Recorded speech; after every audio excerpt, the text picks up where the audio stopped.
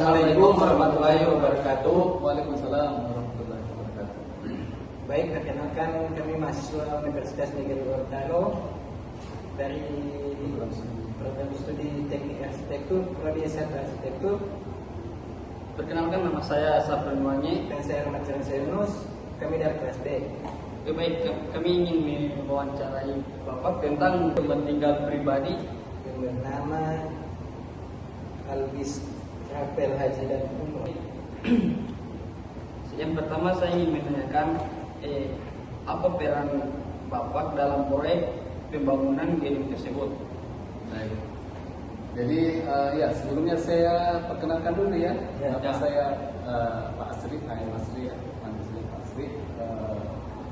Terkait peran arsitek, tentu arsitek adalah sebenarnya intinya adalah sebagai perancang, sebagai desainer dari bangunan.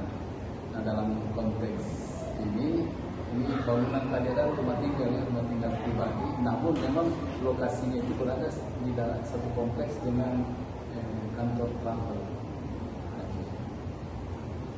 Nah, tentu ya sebagaimana saya sampaikan tadi, peran arsitek itu ya sebagai desainer merencanakan bangunan sebelum dibangun, itu direncanakan segala sesuatunya. Nah, tentu dalam proses perancangan itu perlu dulu namanya rumah tinggal itu kan setiap klien itu atau ownernya itu kan punya kebutuhan. Ya, Pak. Nah, tentu karena dia punya kebutuhan, itu yang kita perlu gali dulu.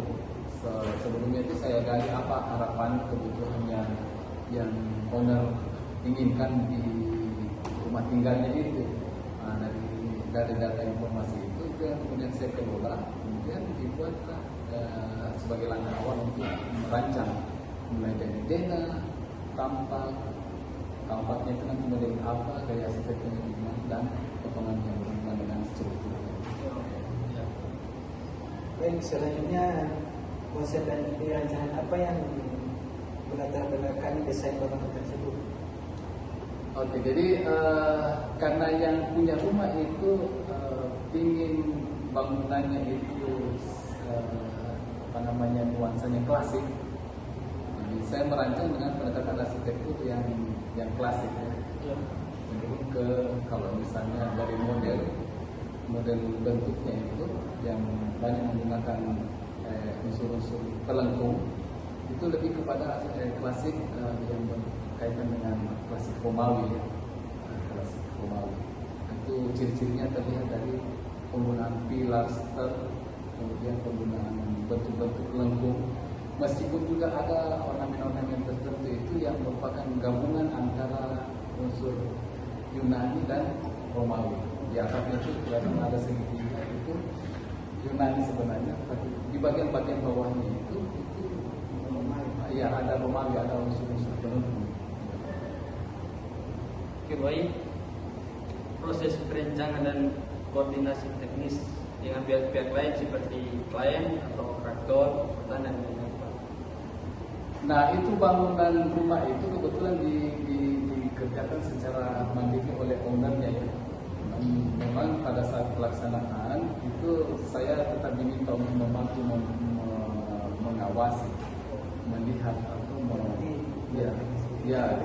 buat sendiri. Mereka yang mendatangkan tenaga kerjanya, mereka yang tetapi saya diminta untuk tetap bisa mengawal supaya pekerjaan pembangunan itu bisa tetap sejalan dengan ketentuan-ketentuan yang dalam konstruksi. Jadi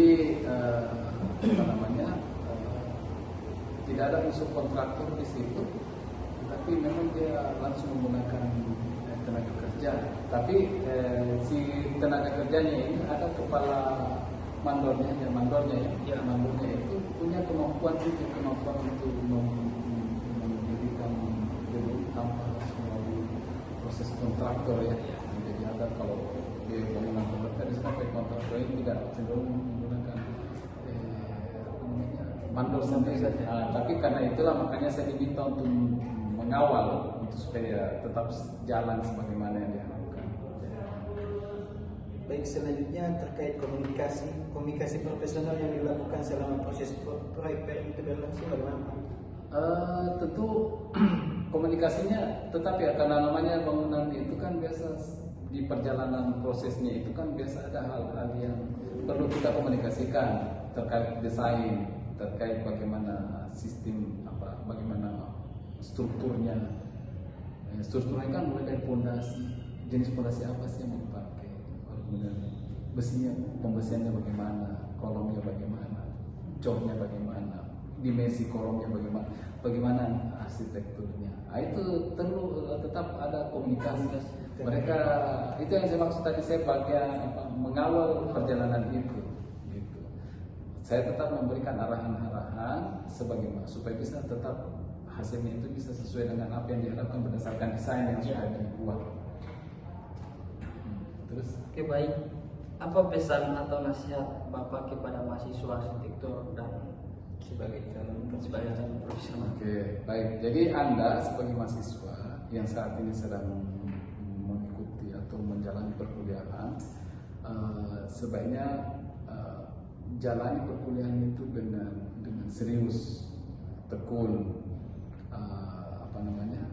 perbanyak referensi-referensi berkait bangunan. Apalagi sekarang dunia teknologi informasi kan sudah banyak ya, sudah banyak di media sosial, itu bisa dilihat, kemudian banyak referensi buku, apakah majalah, buku atau searching di Google, pelajaran-pelajaran mengenai dunia konstruksi. Itu dalam rangka memperkuat wawasan, menambah wawasan supaya nanti ketika misalnya mengerjakan karena sesungguhnya apa yang kita kerjakan di proyek itu ada korelasinya dengan mata pelajaran yang dihadapi saat ini.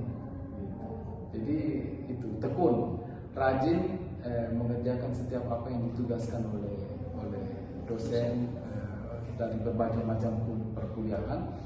Karena itu juga nanti akan kita alami juga ketika dunia kerjanya nanti begitu. Jadi ada kemiripan. Cuma memang konteksnya ini kalau kalian kan mengerjakan tugas seolah-olah mengerjakan proyek begitu.